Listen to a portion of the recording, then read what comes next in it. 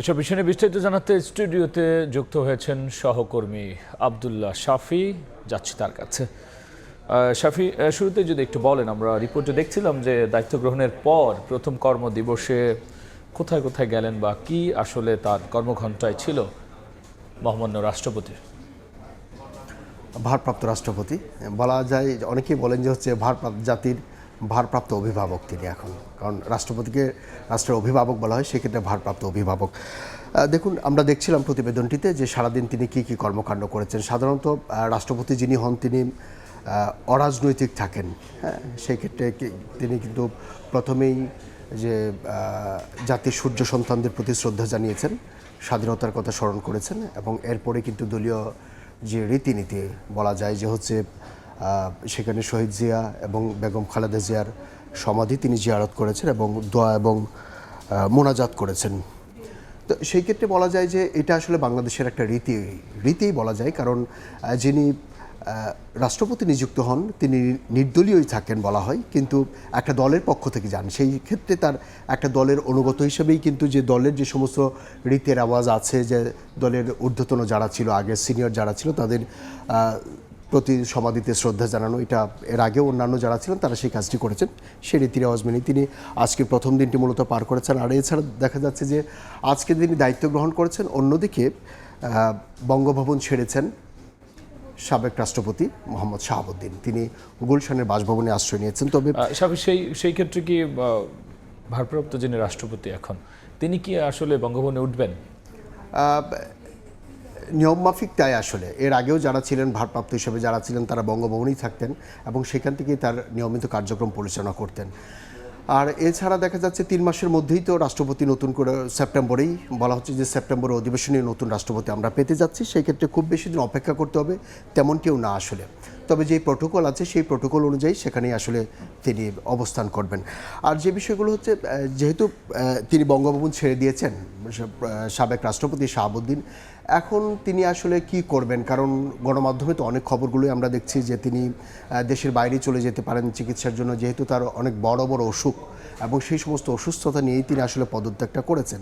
সেই ক্ষেত্রে গণমাধ্যমে বলছে যে এক ধরনের সমঝোতার মধ্য দিয়েই যে তাকে চলে যাওয়া হবে, আবার রাজনৈতিক দলগুলো নিয়ে তার বিরুদ্ধে আন্দোলন করার চিন্তা ভাবনা করছে। সেই ক্ষেত্রে আসলে বোঝা যাবে কি হবে না হবে। সরকারের এই যে দায়মুক্তি বিতর্ক নিয়ে বা বক্তব্য নিয়ে আসলে কি বলবেন? দেখুন, একটা বিষয় কি, বাংলাদেশে যারা রাষ্ট্রপতি হন তারা আসলে সৌভাগ্য নিয়ে রাষ্ট্রপতি হন নাকি দুর্ভাগ্য নিয়ে রাষ্ট্রপতি হন, এটা একটি প্রশ্ন সাপেক্ষ ব্যাপার। কারণ এই 55 বছরে বাংলাদেশে রাষ্ট্রপতি হয়েছেন 22 জন। আপনি যদি গড়ে হিসাব করেন 5 বছর মেয়াদি হলে সেটা কিন্তু 100 বছর হওয়ার কথা, কিন্তু গড়ে যদি দেখেন প্রত্যেকটা রাষ্ট্রপতি প্রায় 2-3 বছর, 2-3 বছরও না, 2 বছরের বেশি করে দায়িত্ব পালন করেছেন। অর্থাৎ খুব কম সংখ্যক রাষ্ট্রপতি কিন্তু তার পূর্ণ মেয়াদে দায়িত্ব পালন করেছেন। এবং বাংলাদেশের এই রাষ্ট্রপতির 22 জন রাষ্ট্রপতির মধ্যে খুব অল্প সংখ্যক আছেন যারা হচ্ছে পরিপূর্ণ মেয়াদে তারা দায়িত্ব পালন করতে পেরেছেন এবং বিতর্কমুক্ত অবস্থায় বিদায় নিতে পেরেছেন। দেখুন, বেশিরভাগ রাষ্ট্রপতি, প্রায় 22 জন রাষ্ট্রপতির মধ্যে 19 জন রাষ্ট্রপতিই কিন্তু নানা ধরনের বিতর্কের মধ্যে ছিল। মাত্র যদি বলেন যে হচ্ছে সাবেক রাষ্ট্রপতি আব্দুল হামিদ এবং এর আগে যে হচ্ছে আব্দুর রহমান বিশ্বাস, এরপরে শাহাবুদ্দিন, এই 2-3 জন বাদে খুব বেশি রাষ্ট্রপতি যে বিতর্কের ঊর্ধ্বে ছিল সেটি কিন্তু বলা যাবে না। দেখুন, এইখানে রাষ্ট্রপতির সকল সুযোগ সুবিধা পাবেন, বিচারের দাবি উঠেছে, অভিযোগ আমলে নেওয়ার মতো নয়, কেউ অন্যায়ের শিকার হোক সেটি চায় না সরকার। দেখুন, প্রত্যেকটা কথার মধ্যে কিন্তু এক ধরনের কন্ট্রাডিকশন আছে। কন্ট্রাডিকশন কীরকম, যে স্বরাষ্ট্রমন্ত্রী বলছেন যে তিনি ফৌজদারি অপরাধ করবেন কি করবেন না, আবার বিপরীত পক্ষে কিন্তু যারা বিরোধী দলে আছেন তারা কিন্তু অভিযোগগুলো করছেন যে এর আগে যখন তিনি রাষ্ট্রপতি ছিলেন না তখন কিভাবে বাংলাদেশের অর্থ পাচারের সঙ্গে জড়িত ছিলেন, ব্যাংক কেলেঙ্কারির সঙ্গে জড়িত ছিলেন, হাজার হাজার কোটি টাকা লোপাটের সঙ্গে তিনি কিভাবে জড়িত ছিলেন, সেগুলো নিয়ে কিন্তু আদালতে কিন্তু মামলা চলমান এবং বিএফইউ একটা লম্বা প্রতিবেদন দিয়েছে এবং তিনিও এগুলোর সঙ্গে জড়িত ছিলেন। এরপরে দেখা যাচ্ছে এখন এর পরবর্তীতে এগুলো কিন্তু ধরেন প্রেসিডেন্সিয়াল আমলে না, এর আগে ছিল। এবং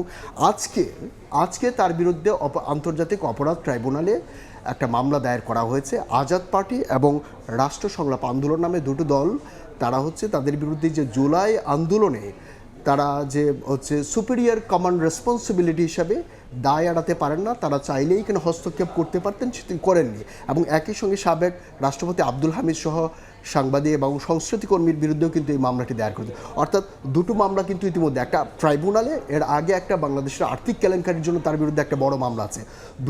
দুটি ফৌজদারি মামলা নিয়েই কিন্তু এখন তিনি আসলে কিভাবে বাকি দিনগুলো কাটাবেন, বাংলাদেশে থাকবেন নাকি বিদেশ চলে যাবেন, সেই বিষয়গুলো তো নিশ্চয়ই প্রশ্ন সাপেক্ষ। শাফি, অসংখ্য ধন্যবাদ আলোচনায় যুক্ত হওয়ার জন্য।